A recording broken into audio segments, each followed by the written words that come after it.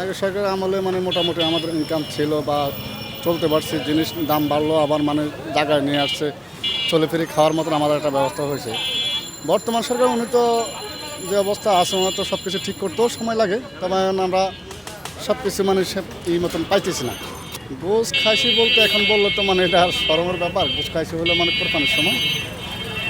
এখন মনে হয় যে 800-900 টাকা কেজি, মনে হয় 1000 টাকা কেজি গোস কিনে তার আমাদের মতন খাওয়া সম্ভব না। যাতে আমাদের রুজি কামাই হচ্ছে মনে করেন যে আপনার 800-900, দেখা গেছে মনে হয় যে 600-700 টাকা হয়, কোনো সময় আবার না হইলে দেখা গেছে 400-500 টাকা হয়। তো এই দিয়ে আমাদের জমা দিতে হয় 400-450 টাকা জমা দিতে হয়। তো আমাদের কাছে কিছুই থাকে না, নিজের খাবার টাকাই শর্ট থাকে।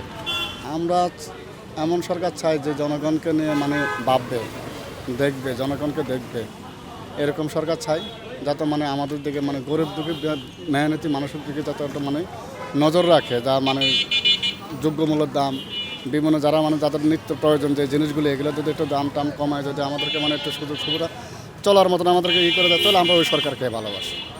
ব্যাটারি রিক্সা চালায় মানে সমস্যা হচ্ছে রং সাইড নিষেধ, তারপরে আপনার মাঝে সাঝে মানে ধরে ব্যাটারি খুলে নিয়ে যায়, ডাম্পিংয়ে দেয় 1 মাস 15 দিন, 1 মাস এভাবে। তখন আমাদের বসা থাকতে হয়, আমাদের মালিক পক্ষকে আমরা জরিমানা দিতে হয়।